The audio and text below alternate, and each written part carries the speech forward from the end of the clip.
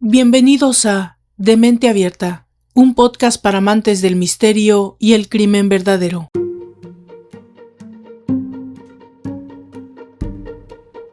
Entre el 2009 y 2010, 3 prostitutas desaparecieron sin dejar rastro en el barrio rojo de Bradford, Inglaterra. En mayo del 2010, las imágenes grabadas por las cámaras de seguridad de un edificio de apartamentos revelaban la identidad del asesino, Stephen Griffiths, un estudiante de criminología que preparaba su doctorado en la Universidad de Bradford. Se había convertido en un asesino en serie. La razón que le había llevado a matar fue conseguir sus 15 minutos de fama en la galería de los criminales más aborrecibles de la historia. Bienvenidos a la tercera entrega de esta temporada intermedia dedicada a asesinos seriales. Esta es la increíble historia de Stephen Griffiths, el caníbal de la ballesta. Yo soy Valdra Torres y esto es De Mente Abierta, un podcast para amantes del misterio y el crimen verdadero. Comenzamos.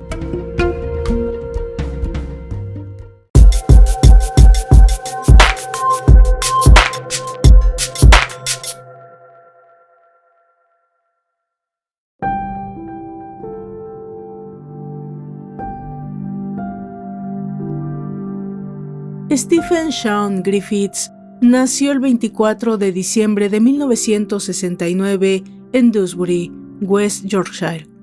Era el primogénito del matrimonio formado por Stephen Griffiths, un vendedor, y Moira Dewshirt, una telefonista. Después, sus padres tuvieron 2 hijos más, Caroline, nacida en agosto de 1972, y Philip, en febrero de 1976. Según afirman los que conocieron a Stephen de niño, parecía un niño normal, aunque quizá algo retraído y con cierta obsesión por cuidar su apariencia. El matrimonio Griffiths se separó cuando Stephen tenía 13 años. Los 3 menores siguieron a su madre hasta Wakefield, donde residieron en una casa de protección oficial propiedad del ayuntamiento. Pese a los precarios ingresos, Moira consiguió pagar la educación de Stephen en el Queen Elizabeth Grammar School de Wakefield, una prestigiosa escuela privada hasta 1986, de la que también fue alumno otro asesino en serie, John George Haigh, uno de los futuros ídolos de Griffiths ya adulto, conocido como el asesino del baño de ácido.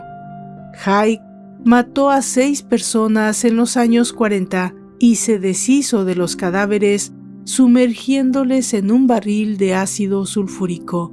Ya le daremos su espacio en nuestro podcast, sin lugar a dudas. Durante esa época no pareció tener ningún problema y aunque era muy poco sociable, sacaba buenas notas, pero al llegar a la adolescencia comenzó a cometer pequeños hurtos en las tiendas. Su conducta social pasó desapercibida durante mucho tiempo, hasta que a los 17 años atacó a cuchillo en mano a un empleado que le sorprendió robando. El resultado de esa agresión se tradujo en 3 años de internamiento en una correccional. Durante ese tiempo, Griffiths cortó todo contacto con su familia, alegando que se había sentido abandonado por ellos. Una vez liberado de la tutela de menores, los servicios sociales le proporcionaron un piso en Manningham, una zona de Bradford, y el joven retomó sus estudios matriculándose en psicología en el Bradford College. Pronto volvió a tener problemas. En 1989 fue ingresado en el Hospital Psiquiátrico de Rampton y posteriormente condenado a cumplir una pena de 2 años en la prisión de Leeds por posesión de una pistola de aire comprimido y agresión con un cuchillo a una joven. Durante su estancia en el hospital, se le diagnosticó un trastorno de personalidad. Los psiquiatras que trataron a Griffiths dijeron que era un sádico psicópata esquizoide. con fantasías violentas, que además decía querer convertirse en un asesino en serie. Los especialistas debían valorar si era un enfermo mental. La conclusión fue que el joven de 22 años era un peligro social, pero no se le podía considerar un enfermo mental. Era imputable por sus delitos y debía ingresar en prisión.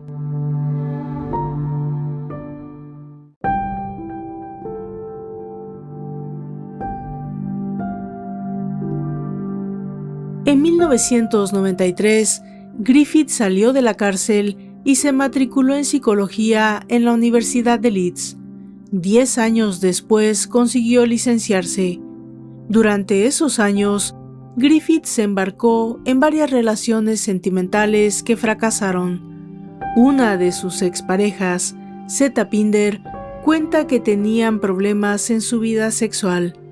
Cuando, tras 2 años de relación, Zeta conoció su apartamento, decidió cortar de raíz y lo hizo por teléfono. No deseaba estar a solas con el joven ni un minuto más. Curiosamente, Stephen no dio muestras de molestarse por la ruptura. El apartamento reflejaba una personalidad trastornada, obsesionada por los asesinos en serie. Tenía muchos libros sobre desmembramiento y fotos de víctimas de crímenes colgadas en la pared. La última pareja de Griffiths en 2000, Katie Hancock, no lo tuvo tan fácil para alejarse de su exnovio. Tras la ruptura, sufrió el acoso físico y psicológico de Stephen, a quien no le importó que la chica hubiese tenido un embarazo ectópico que le había hecho perder al hijo que esperaba. En 2004, con 35 años y adicto al alcohol y las drogas, Griffiths ya mostraba su cara más violenta. Tras su detención, la policía pudo comprobar que por entonces había empezado a descargar pornografía violenta del Internet.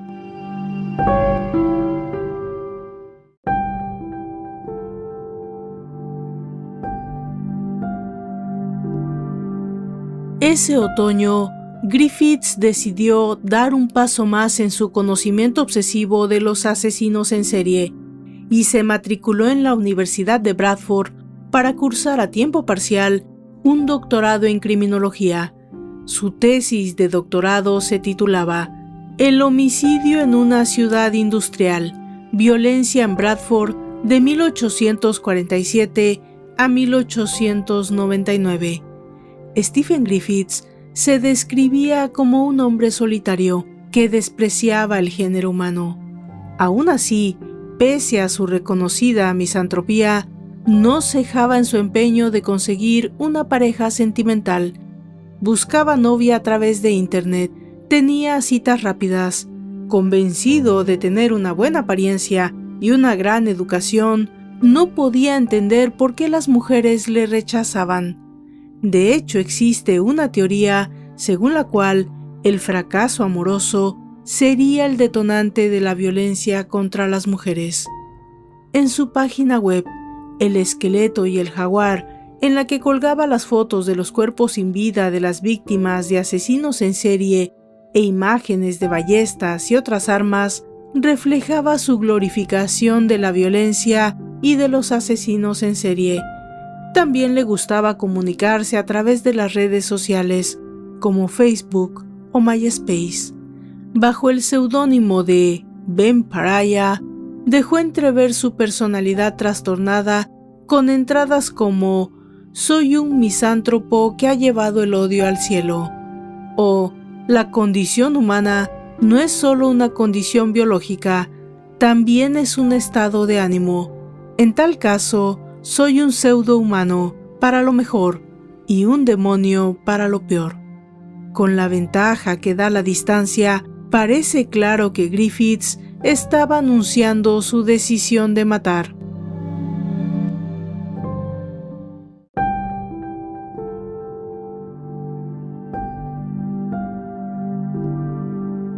Bradford tiene una triste fama, gracias a Peter Sutcliffe, el destripador de Yorkshire, uno de los héroes de Griffiths que en los años 70 acabó con la vida de 13 prostitutas e hirió a otras 7.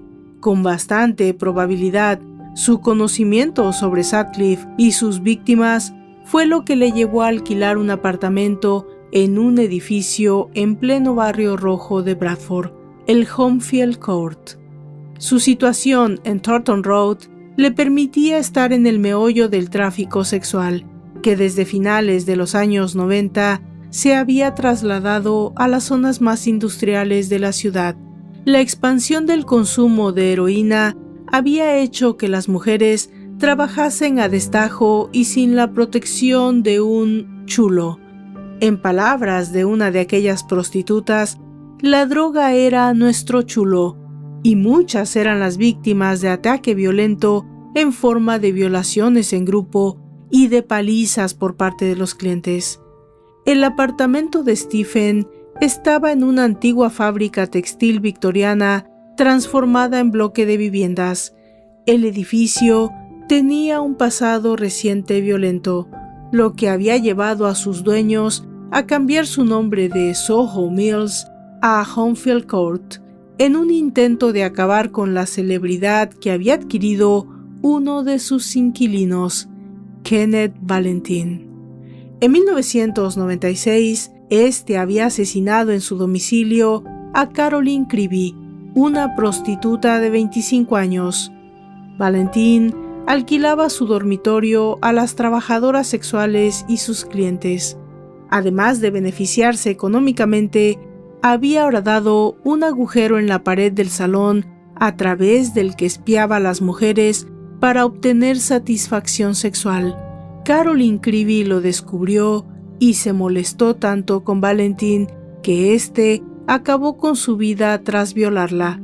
Como luego le sucedería a Griffiths, Valentine fue arrestado gracias a las cámaras de seguridad del edificio que lo grabaron sacando el cuerpo de su víctima enrollado en una alfombra. Fue condenado a cadena perpetua.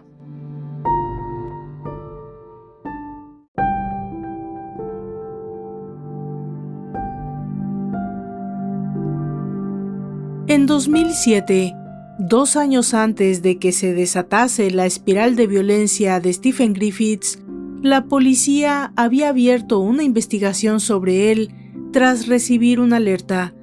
Estaba comprando en la red y librerías locales un gran número de libros sobre crímenes violentos. Esto, unido a su pasado criminal, fue decisivo para que la policía ordenase el registro de su domicilio, donde se le requisaron cuchillos de caza y una ballesta. Había indicios de un posible comportamiento criminal, pero no suficientes evidencias para su peligrosidad como para que se le aplicase una orden de conducta antisocial que le hubiese obligado a alejarse de la zona. La dirección de Axen, la compañía dueña del edificio, fue informada del pasado violento de su inquilino y elaboró un dossier con todas las quejas recogidas por el personal de seguridad y mantenimiento y los vecinos, que entregó a la policía. Por desgracia, no fue suficiente para detener a Stephen Griffiths. A los dueños del edificio solo les quedó prohibir a las empleadas de la limpieza que entrasen solas a su piso y mejorar el sistema de cámaras de seguridad que en caso de incidente podían servir de prueba ante un tribunal. Sus vecinos de Homefield Court recuerdan a Stephen como un hombre poco hablador, de aspecto extraño. Vestía con largos abrigos de cuero, gafas oscuras y salía a pasear con sus mascotas que, en línea con su extravagancia, eran un par de grandes lagartos. Una de sus vecinas, Rachel Farrington, llegó a entablar una cierta amistad por su mutuo interés en los animales, que se desvaneció tan pronto como presenció a uno de los lagartos comerse una rata viva en el apartamento de Stephen. A partir del 2007, el comportamiento de Griffiths empezó a ser cada vez más errático.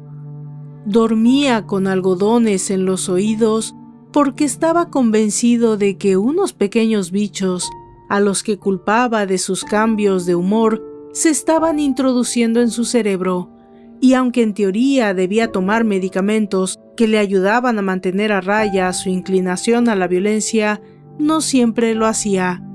Pese a ello, durante varios años llevó una vida en apariencia tranquila, pero en mayo del 2010 hizo una alarmante afirmación en su perfil de MySpace, Ven para allá. Su alter ego virtual se había deshecho para siempre de Stephen Griffiths y estaba preparado para actuar. Menos de 24 horas después, acabó con la vida de Susan Blameris. El asesinato de la mujer quedó grabado por las cámaras de seguridad del edificio y la policía, tras detenerle, descubrió que la prostituta no había sido su primera víctima.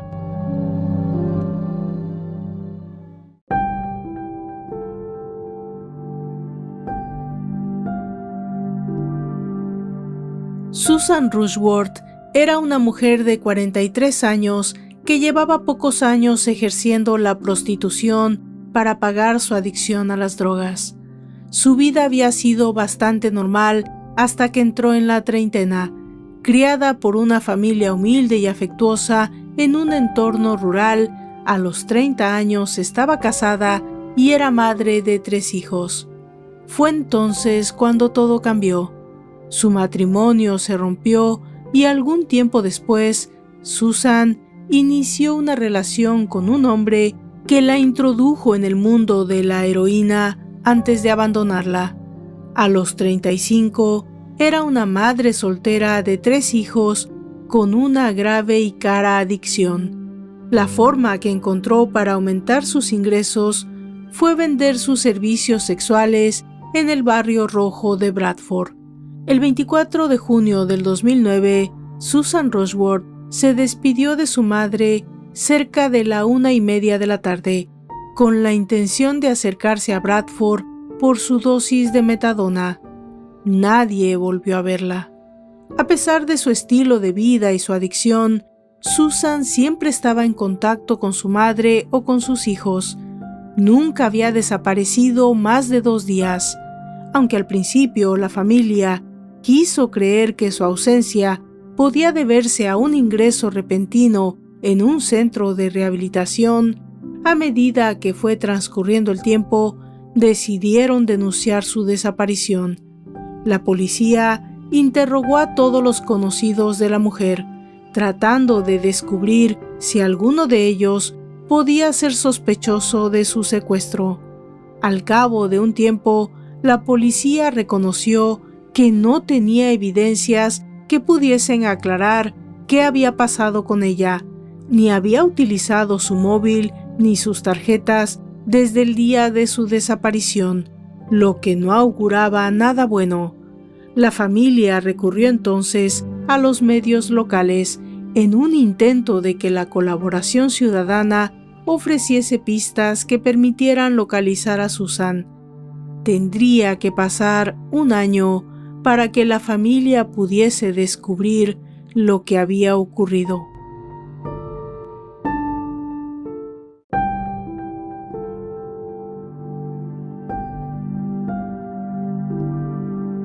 En palabras del psicólogo forense David Holmes, director del Forensic Research Group, el asesino acababa de comenzar su viaje.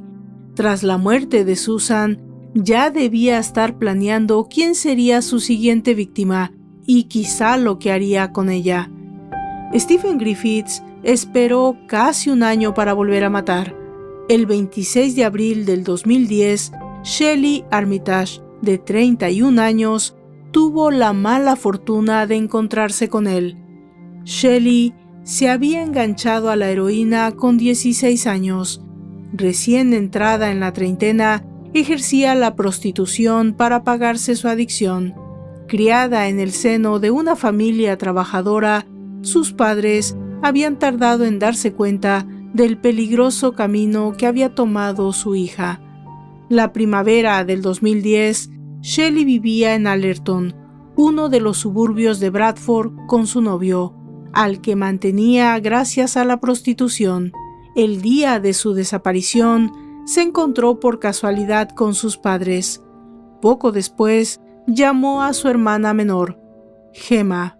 Hablaron de pasar un rato juntas y Shelley prometió que volvería a llamarla. A las 7, extrañada de no haber recibido ninguna llamada, Gemma llamó a su móvil y saltó el buzón de voz. Al día siguiente, al ver que no regresaba a su casa, su novio acudió a la policía. Tampoco había recogido la metadona ni su prestación social, lo cual alarmó a la familia, que intuyó enseguida que algo grave debía haberle sucedido. La policía abrió una investigación. Buscaban testigos que hubiesen visto a la joven. No dudaron en pedir la colaboración de los medios locales y para ello se emitieron en los informativos las imágenes de las cámaras de vigilancia urbana. En un video grabado de madrugada puede verse a Shelley negociando con un motorista en Rebecca Street, la calle en la que trabajaba, muy cerca de la casa de Stephen Griffiths. Una organización caritativa recorría a menudo el barrio rojo para ayudar a los necesitados, ofreciéndoles un lugar en el que pasar la noche y comida caliente. La noche de su desaparición, un miembro de la organización ofreció a Shelley Armitage acercarse hasta su casa, pero la mujer declinó la oferta. Le dijo que necesitaba ganar unas libras más. Nadie volvió a verla. La policía organizó búsquedas por los alrededores en las que participaron los propios familiares de la chica. Todos los esfuerzos fueron en vano. Susan Rushworth llevaba casi un año desaparecida, pero la policía no encontró conexión alguna entre los casos de las dos mujeres. Solo sabían que ambas se dedicaban a la prostitución en el barrio rojo y que no había testigos ni contaban con la información que pudiese encarrilar la investigación en la dirección correcta. La historia personal de la tercera víctima de Griffiths no es muy diferente a las de las otras dos mujeres desaparecidas. Susan Blamires se crió en Bradford en un hogar de clase media. Había comenzado a estudiar enfermería y, como a Susan Rushworth y Shelley Armitage, la adicción a las drogas volvió su vida del revés. Al principio solo consumía éxtasis de forma recreativa, pero pronto dio un paso más y comenzó a inyectarse heroína, con lo que entró en un círculo del que no fue capaz de salir. Al descubrir su adicción, su familia sufrió un duro golpe, y cuando sus padres le cortaron el suministro de dinero, Susan decidió ejercer la prostitución. El 20 de mayo del 2010, Susan, que entonces tenía 26 años, durmió en la casa de sus padres. Por la mañana, su madre la llevó en coche hasta su domicilio en Allerton, antes de seguir camino a su trabajo. Quedaron en hablar más tarde, aunque esa noche Susan no llamó. Su madre no se preocupó en exceso. Todo cambió cuando al cabo de 2 días el novio de Susan llamó preguntando por ella.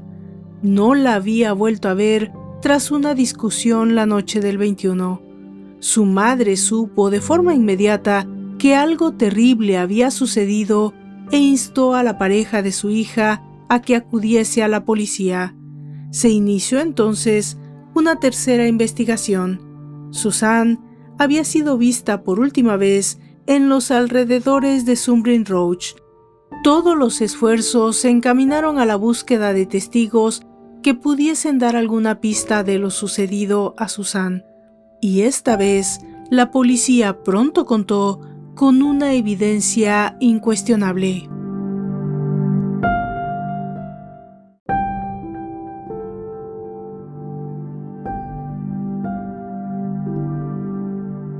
El El 25 de mayo del 2010, el encargado de la seguridad del edificio de Hornfield Court hizo un terrible descubrimiento mientras revisaba las imágenes grabadas durante el fin de semana por las cámaras de seguridad. Tras el visionado, se puso en contacto con la policía. En las imágenes, una mujer, identificada como Susan Blamires, acompaña a uno de los inquilinos por el pasillo de la planta hasta su apartamento. Poco después, la mujer sale corriendo de la casa, como si estuviera intentando escapar. Algo sucedió en el interior del apartamento que hizo que la mujer se asustase. En opinión de David Holmes, Susan Blamires fue consciente de la naturaleza sádica del hombre al ver las cosas que éste tenía en su piso. Su experiencia en el entorno violento del Barrio Rojo hizo que la mujer entendiese que debía salir del apartamento si quería conservar la vida. Sin embargo, Susan no llegó muy lejos. En el video, la mujer sale corriendo y pocos segundos después aparece el hombre.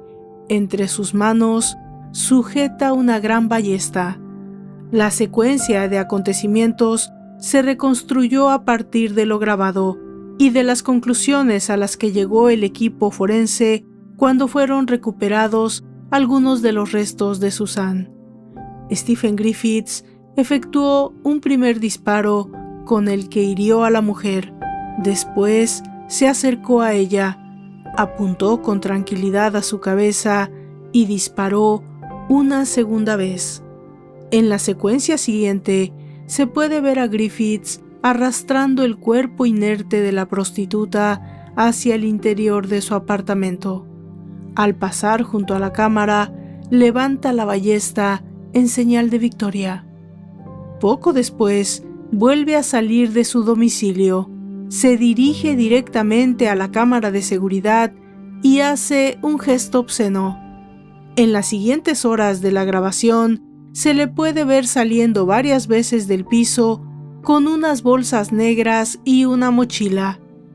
Stephen Griffiths fue detenido de forma inmediata. El 25 de mayo, 2 bolsas negras fueron recuperadas del río Aire. Dentro estaban los restos de Susan Blamires, incluido el cráneo con parte de las flechas disparadas. También se encontró una mochila en cuyo interior había una ballesta y varios cuchillos.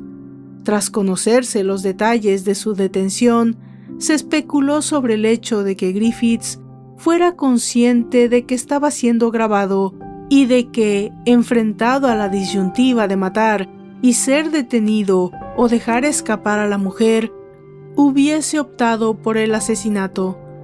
Para uno de los detectives del caso, Mark William Thomas, inspector de policía retirado de Bradford, Stephen Griffiths debió pensar que las cámaras no funcionaban, o que si lo hacían, no habría nadie comprobando todo lo que se grababa.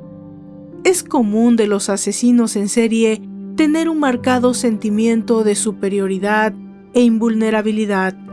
Stephen Griffiths había puesto a la policía la resolución del caso en bandeja de plata y por fin podría conseguir la misma fama que sus ídolos, los asesinos en serie.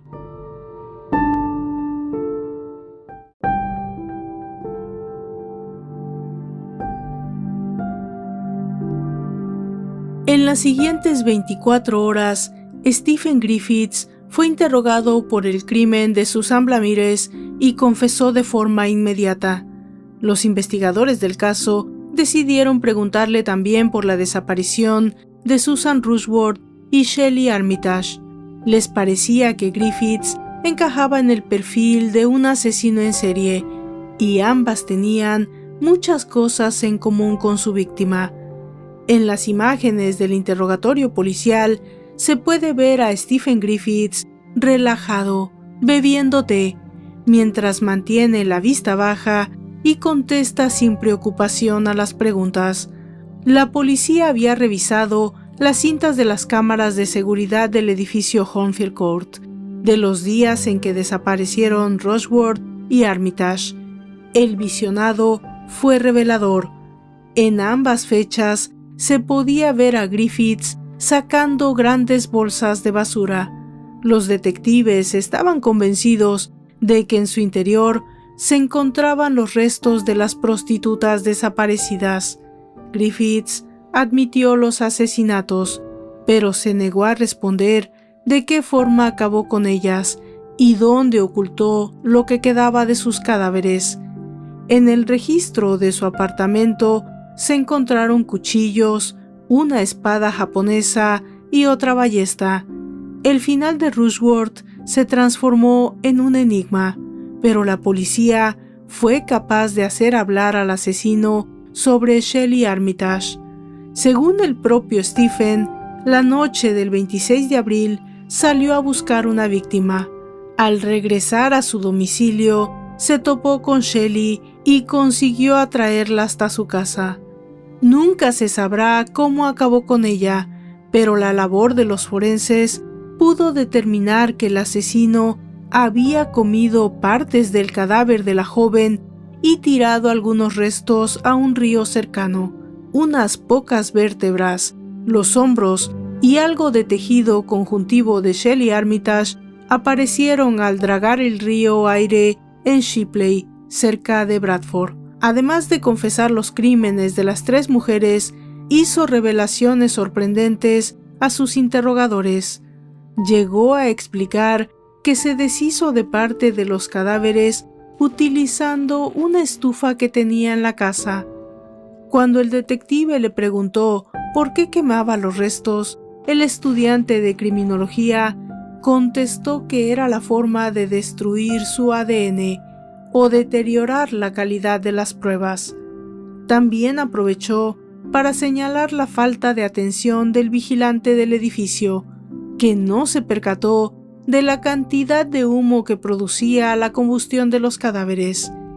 Él se había preparado para los efectos secundarios del proceso, utilizando una máscara de oxígeno. En opinión del criminólogo David Wilson, Griffiths utilizó el doctorado para convertirse en un mejor asesino en serie. Quería aprender cómo no ser detectado, cómo deshacerse de los cadáveres, conocer el detalle de las investigaciones policiales. Detrás de la inusual franqueza de Stephen Griffiths había una motivación egoísta. Quería ser recordado junto a los grandes criminales a quienes admiraba, como Peter Sutcliffe. Sabía que los detalles ayudarían a la construcción de su mito. En el caso de los asesinos en serie, las víctimas son olvidadas, pero no sus verdugos.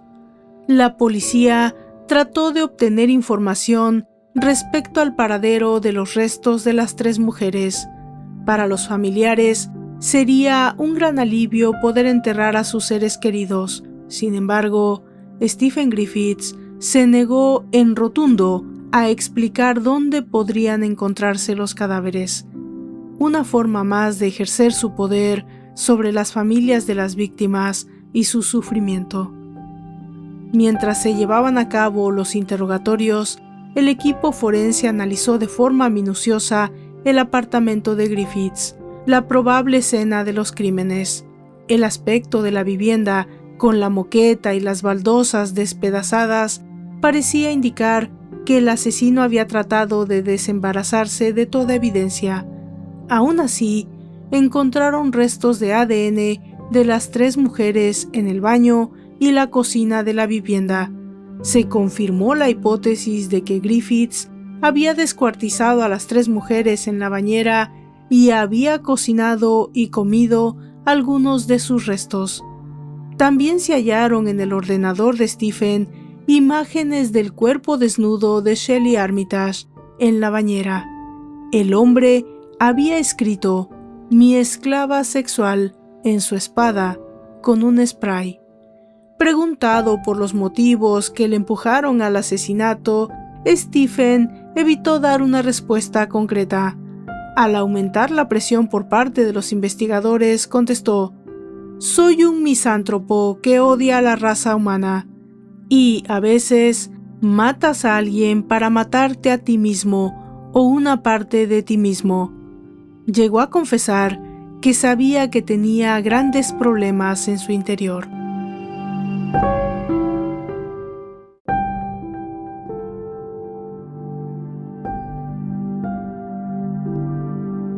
Aunque solo pudo ser juzgado por las muertes de Rushworth, Armitage y Blamires, al ser interrogado por la policía, Stephen Griffiths afirmó que otras mujeres habían sido también sus víctimas. Se le pidió que diese una cifra y levantó 6 dedos. La policía intentó vincular a Griffiths con algunos de los casos no resueltos y que podían encajar con su perfil. En 1992, cuando Stephen tenía 23 años, se encontró semienterrado en los alrededores de Bradford el cuerpo de Yvonne Fite. La chica había sido atada y apuñalada hasta la muerte. 2 años después, apareció enterrada de forma similar Dawn Shields. Esta vez, la joven había sido estrangulada. En el año 2000, había desaparecido Gemma Simpson. No estaba vinculada al mundo de la prostitución y fue vista por última vez al coger un bus en el centro de Leeds. Se sospecha que Griffiths la secuestró y asesinó. Y otros casos no resueltos: los asesinatos de 2 prostitutas en el año 2001, Rebecca Hall, muerta como consecuencia de una paliza en Bradford, y Michaela Hage, apuñalada en el centro de Sheffield.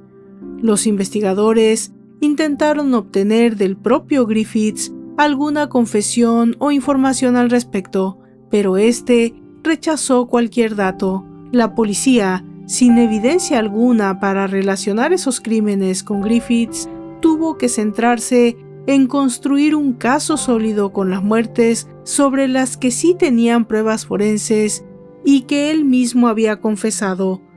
Lo que quedó claro para los agentes es que, de no haber sido detenido, Griffiths habría seguido asesinando mujeres.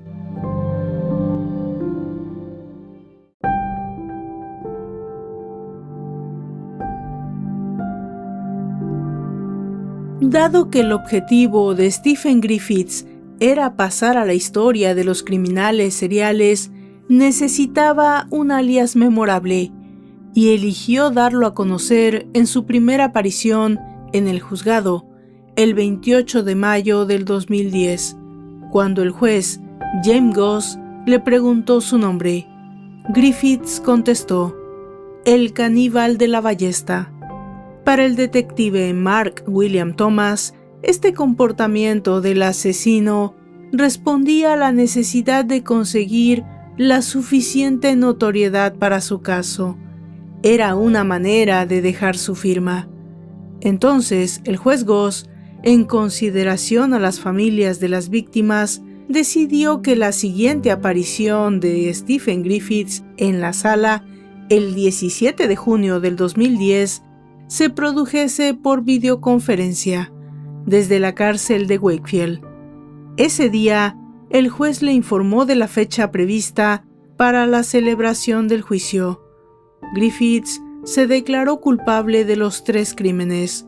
Su defensa intentó hacer responsable de los asesinatos de las mujeres al sistema que 20 años antes había diagnosticado que su cliente era un psicótico.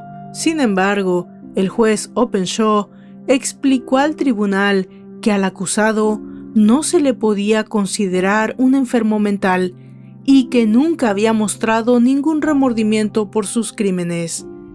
El 21 de diciembre del 2010, Stephen Griffiths fue declarado culpable de los 3 asesinatos y condenado a cumplir 3 cadenas perpetuas sin posibilidad de libertad condicional. Una vez en prisión, Griffiths trató de suicidarse. Para David Wilson, catedrático de Criminología y Derecho Penal en la Universidad de Birmingham, Es una conducta muy típica en asesinos en serie. Es una forma de seguir alimentando su narcisismo. Al no poder controlar nada salvo tu propia vida, el hacerte daño con una cuchilla es una forma de control. El comportamiento de Stephen Griffiths parece confirmar las palabras de Wilson. De haberse arrepentido, de haber sentido remordimientos, habría revelado no solo cómo mató a Susan Rushworth y a Shelley Armitage, sino dónde estaban sus restos, algo que sus familiares llevaban deseando saber desde hacía años. Aunque ha iniciado varias huelgas de hambre para conseguir su traslado de la cárcel a una institución para enfermos mentales, las autoridades británicas han denegado su petición. Stephen Griffiths pasará el resto de su vida en prisión.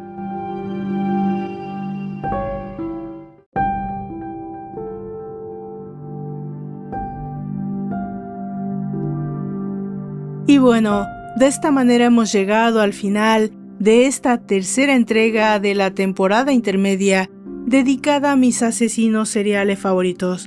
No me quiero despedir sin dejar saludos para todos los que buenamente me han dejado mensajes muy lindos desde Spotify o también desde mi canal de YouTube. Para Carolina Valerio, para Michelle Herrera, para Sonia Rea, para Ricardo Bustamante, para Alberto Peñaranda y por supuesto para Gladys Andrada, quien especialmente me dejó un mensaje muy lindo y lo valoro bastante. La historia que tú me contaste, Gladys, es una historia digna de contarse. Ya hablaremos de eso. Así que yo me despido, yo soy Valdra Torres y esto es De Mente Abierta, un podcast para amantes del misterio y el crimen verdadero. Hasta la próxima.